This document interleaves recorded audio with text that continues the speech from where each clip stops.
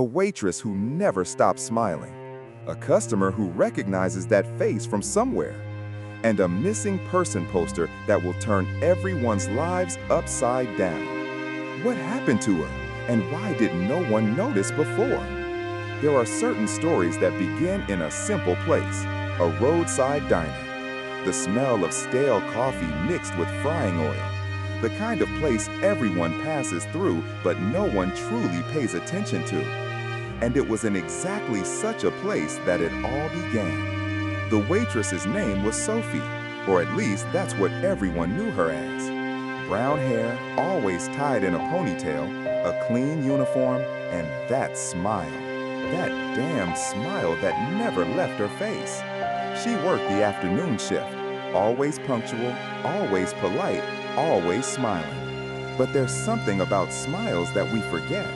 We think a smile means everything is fine, that the person is happy, that nothing is wrong. But sometimes a smile is just a mask. And Sophie had been wearing hers for years. One Thursday afternoon, a man entered the diner. He wasn't from there. He was just passing through, driving from one state to another, stopping only for coffee and to stretch his legs. He sat at the counter. Sophie came up to him with her usual smile. "What can I get for you?" He ordered coffee, black, no sugar. Sophie wrote it down and went to get it. But when she returned and placed the cup in front of him, something strange happened. The man stared at her, not in a weird way, but in that way someone does when they're trying to remember something. "Excuse me," he said, "but do I know you from somewhere?" Sophie gave that automatic smile. "I don't think so. I've worked here for a while. Maybe you've passed through before." The man shook his head. "No, I've never been here." She shrugged and went to attend to another table. But the man kept looking at her, trying to put the pieces together. And then, as he was leaving the diner, he saw it, on the wall next to the door. An old poster, somewhat faded by the sun. The kind of poster that stays in the same place for so long that you no longer even notice it's there. Missing person. And in the middle of the poster, a photo. The man stopped, looked at the photo, looked back into the diner where Sophie was cleaning a table. The face was the same. The smile was the same. But the name on the poster wasn't Sophie. It was Emma. Emma Clark. Missing for 7 years. The man's heart began to beat faster.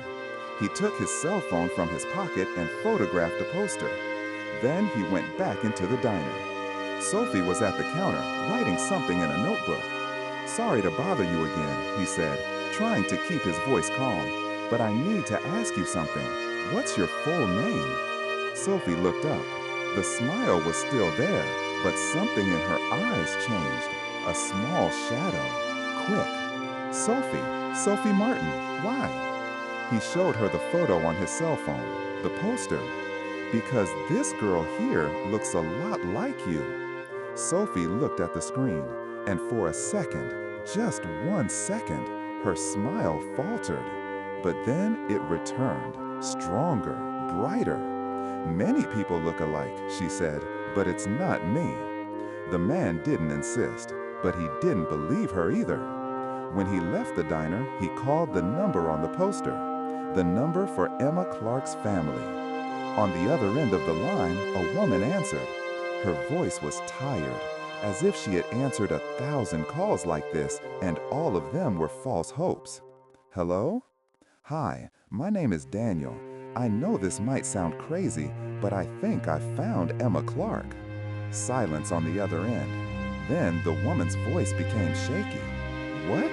Where?" "At a diner on Highway 61. She's working there, using another name." The woman, Emma's mother, began to cry. "Are you sure? Are you absolutely sure?" Daniel looked at the photo on his phone again, compared it to his memory of Sophie's face.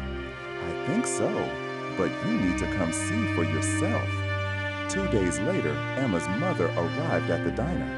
She didn't go straight in. She stayed outside, looking through the window, searching. And then she saw her. Sophie was serving a table of 4 people, smiling, talking, laughing at some joke someone made. Emma's mother put her hand to her mouth. Tears began to fall. She went inside. Sophie was returning to the counter when she saw them. And when their eyes met, everything stopped. Sophie's smile vanished. For the first time in years, it vanished. "Emma?" the mother whispered. Sophie, Emma, stood still, like a statue, as if all the air had been sucked out of the room. "I'm not Emma," she said, but her voice was breaking. Her mother took a step forward. "Emma, it's me. I'm your mother. We've been looking for you for so long. We never gave up." Emma began to tremble. "You don't understand. You can't be here." "Why not? What happened to you?" Emma looked around. The other people in the diner were starting to notice that something was wrong. The diner owner came out of the kitchen. "Emma," he said, but his voice was not gentle. It was harsh, an order. Emma's mother looked at him. "Who are you?" The man didn't answer. He just looked at Emma, and in that look, there was a silent threat. Emma took a deep breath. She looked at her mother, and then, for the first time in 7 years, she told the truth. "I ran away." The whole room fell silent. Emma's mother shook her head. "What? Why?" Emma closed her eyes. "Because I had no choice."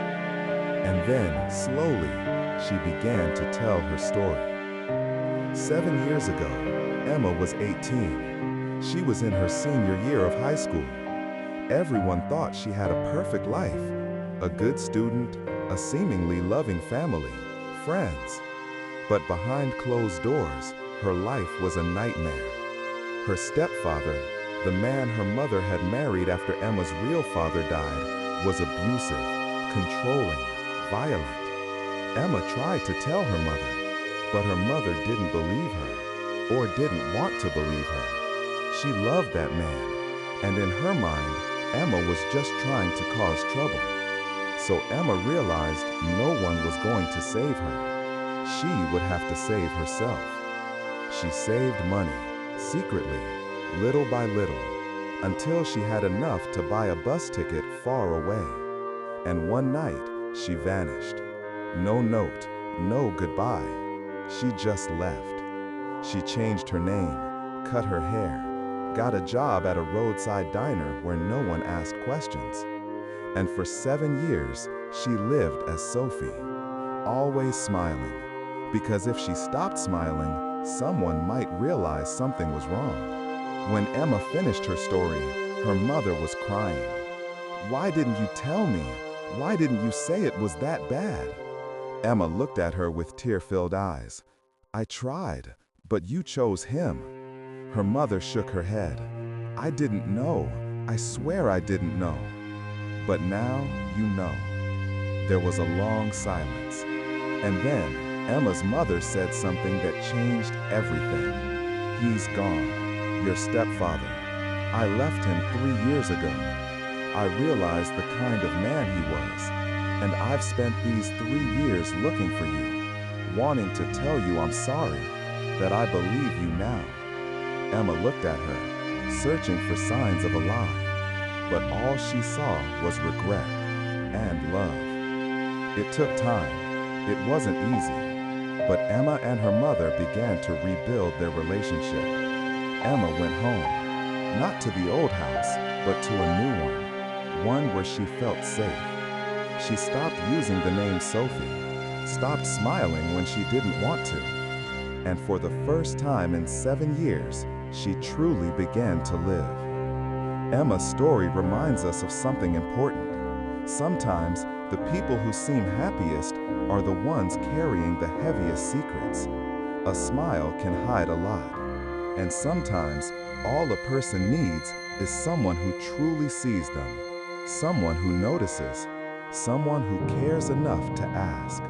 Daniel, the man who recognized Emma from the poster, never knew the full impact that moment had. He just made a call. but that call changed a life. Sometimes, all it takes is one person paying attention. Emma now works helping other people who have fled abusive situations. She uses her story to show that there is hope on the other side, that it is possible to start over, and that you don't have to smile when you don't want to.